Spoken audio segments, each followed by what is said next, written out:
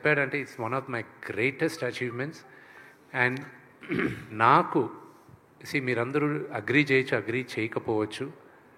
I believe one of the greatest directors of my generation Ram Gopal Varma గారు.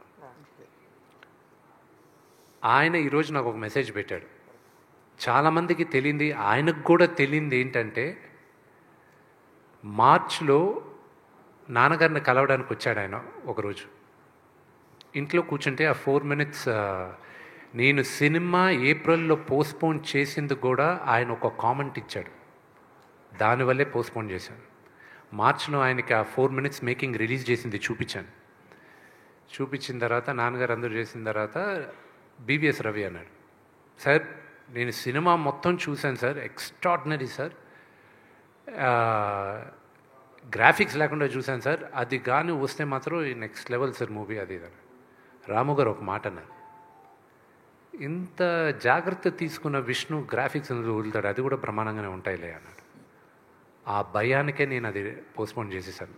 This is no way I can do it అని. ఈ రోజుకి కూడా టెక్నికల్గా మా డైరెక్టర్కి, ఎడిటర్కి, నాకు మేము సినిమాలో చాలా అద్భుతమైన సీక్వెన్సెస్ సాక్రిఫైస్ చేసాం. బికాజ్ మేము అనుకున్న లెవెల్కి విఎఫ్ఎక్స్ రాలేదు. కానీ ఇది నాకు ఒక గుణపాఠం, ఇది పెద్ద గుణపాఠం. I will never repeat that mistake again.